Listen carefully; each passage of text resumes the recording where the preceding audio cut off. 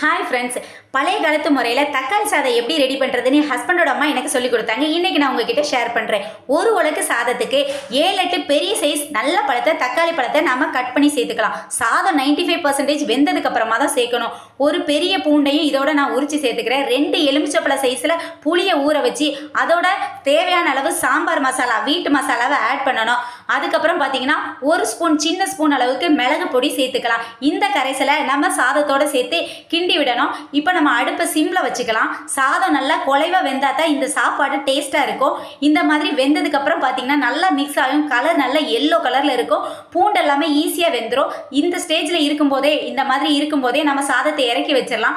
தேவையான அளவு எண்ணெய் சேர்த்து கொஞ்சம் எக்ஸ்ட்ராவே எண்ணெய் சேர்த்து 1 ஸ்பூனுக்கு 2 ஸ்பூன் கடுகா போட்டு கடுகு நல்லா பொரியவும் 4-5 வத்தலை கிள்ளி போட்டு தேவையான அளவு கருவேப்பிலை சேர்த்து இந்த தாளிசத்தை நம்ம ரைஸோட மிக்ஸ் பண்ணோம்னா சாப்பாடு சும்மா வேற லெவல்ல இருக்கும்.